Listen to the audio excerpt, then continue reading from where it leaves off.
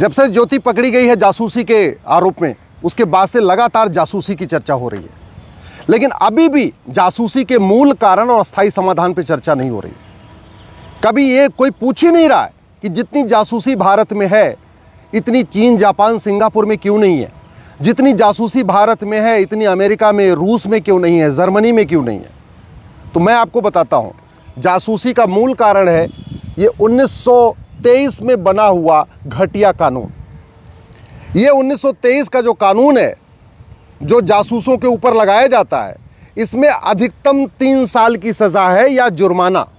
यानी कोई दिग्गज वकील अगर खड़ा हो गया, कोई भूतपूर्व विदेश मंत्री, भूतपूर्व कानून मंत्री, भूतपूर्व गृह मंत्री, भूतपूर्व कानून शिक्षा मंत्री, ऐसे लोग अगर कानून में कोर्ट में जाके खड़े हो गए तो इस कानून के अनुसार 3 साल की सज़ा भी नहीं होगी, बल्कि उसको सिंपल जुर्माना दे के छोड़ दिया जाएगा। ये कानून आज तक चल रहा है, 1923 में अंग्रेज़ों ने बनाया था। इसलिए मैं कहता हूँ, भारत की कोई समस्या लाइलाज नहीं है, भारत की कोई समस्या विश्वव्यापी नहीं है। भारत की सभी समस्याएं खत्म हो सकती हैं, लेकिन हर समस्या के पीछे कोई ना कोई घटिया कानून है, इसीलिए समस्याएं ज्यों की त्यों बनी हुई है। आज़ादी के बाद से अब तक 1000 से ज़्यादा लोग जासूसी के आरोप में पकड़े गए। किसी एक जासूस की नागरिकता खत्म नहीं हुई, किसी एक जासूस की 100% प्रॉपर्टी जब्त नहीं हुई, किसी एक जासूस को आजीवन कारावास नहीं हुआ। इसलिए जासूसी करने में कोई किसी को डर नहीं लगता। अगर जासूसी रोकना है तो सबसे पहले हमें शिक्षा व्यवस्था बदलना पड़ेगा। ये जो मैकाले मिशनरी मदरसा शिक्षा सिस्टम चल रहा है, इसको बदलना पड़ेगा।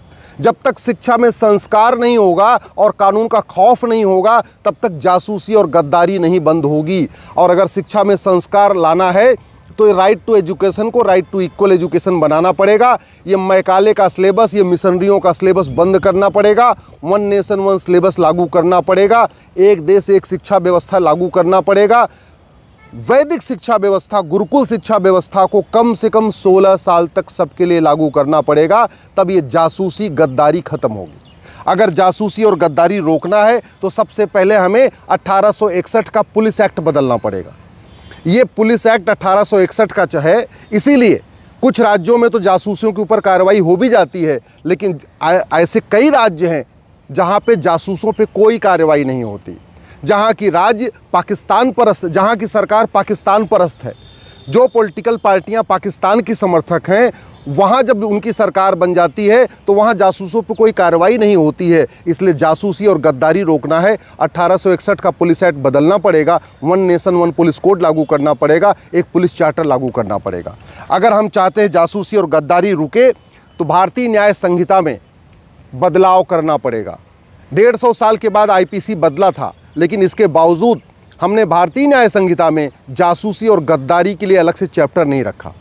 अगर हमें जासूसी गद्दारी रोकना है तो इसको हमें भारतीय न्याय संहिता में अलग चैप्टर डालना पड़ेगा और इसको देशद्रोह घोषित करना पड़ेगा, इसको जघन्य अपराध घोषित करना पड़ेगा। ये जब से ये 3 साल की सज़ा वाला कानून चलेगा ना, 1923 वाला, जासूसी गद्दारी चलती रहेगी।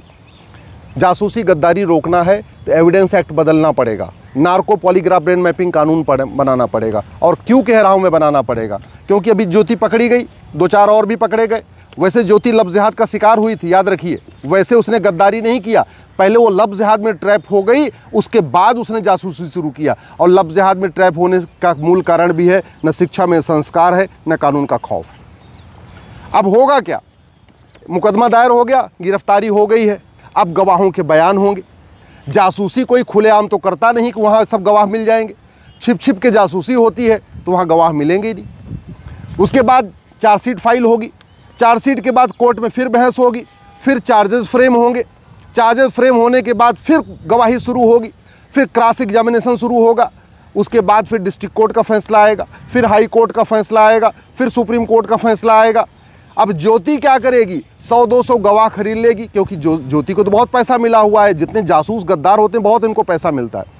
ये अपने आप को निर्दोष साबित करने के लिए 50-50 हज़ार पे 50 गवाह खरीद लेंगे, 50 वो आके झूठी गवाही दे देंगे। तो इसलिए मुकदमा लंबा चलेगा। मुझे समझ में नहीं आ रहा है, ये चार्जशीट, ये चार्ज फ्रेम, ये क्रॉस एग्जामिनेशन, ये ब्रह्मा जी लिख के गए थे क्या जो नहीं बदल सकते हम? कौन कह रहा है कि इस घटिया कानून को जारी रखना चाहिए? क्यों नहीं हम narco polygraph brain mapping test करते हैं? क्यों नहीं हम नार्को पॉलीग्राफ ब्रेन मैपिंग अनिवार्य कर देते हैं? ज्योति और ज्योति के साथ जो 6 गद्दार पकड़े गए, इन सब का narco polygraph brain mapping test कर देते हैं, सारी सच्चाई सामने आएगी, अगले सप्ताह इनको उठा के सजा दे देते हैं।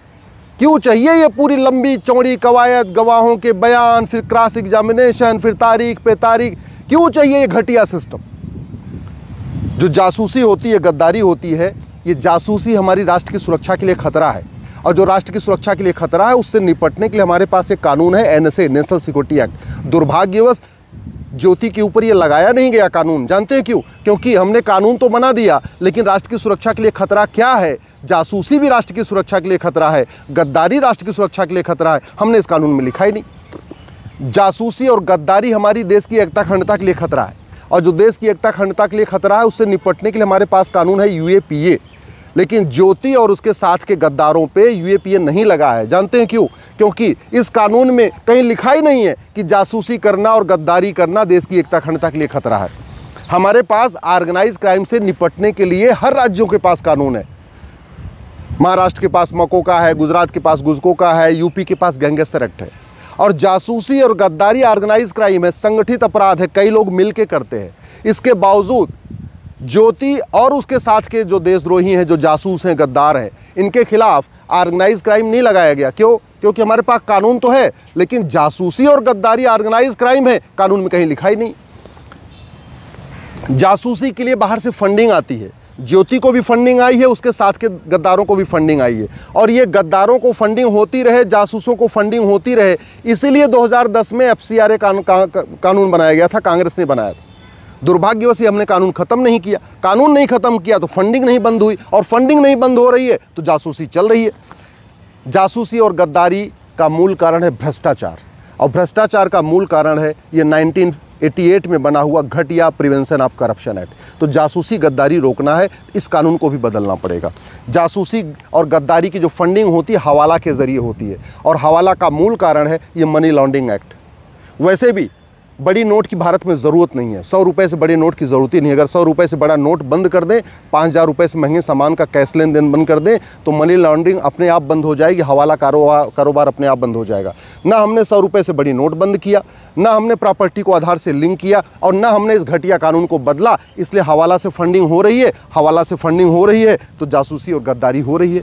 जासूसों की फंडिंग काले धन से होती है, और काले धन का मूल कारण है ये घटिया कानून। जब तक ये कानून नहीं बदलेंगे, काला धन नहीं बंद होगा, और काला धन नहीं बंद होगा तो जासूसी गद्दारी चलती रहेगी। जासूसों की बेनामी फंडिंग होती है, और बेनामी फंडिंग होती है, बेनामी लेन देन चलता है, उसका मूल कारण है घटिया कानून। जब तक ये कानून नहीं बदलेगा तब तक बेनामी फंडिंग आती रहेगी, लेन देन चलता रहेगा, और तब तक जासूसी गद्दारी चलती रहेगी। भारत में ज़्यादातर अवैध काम जो होते हैं वो होते हैं ड्रग के पैसे से, और भारत में ड्रग का कारोबार इसलिए चल रहा है क्योंकि हमारा एनडीपीएस एक्ट वहाँ सड़ा हुआ है।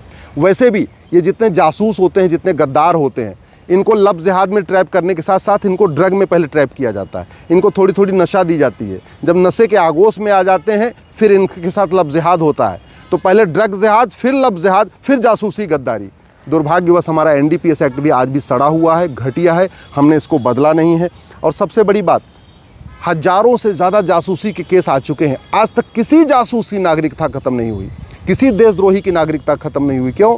क्योंकि ये सिटीजनशिप एक्ट 1955 वाला आज भी चल रहा है। संविधान का आर्टिकल 11 कहता है कि नागरिकता देने और नागरिकता लेने के लिए कानून बनाओ।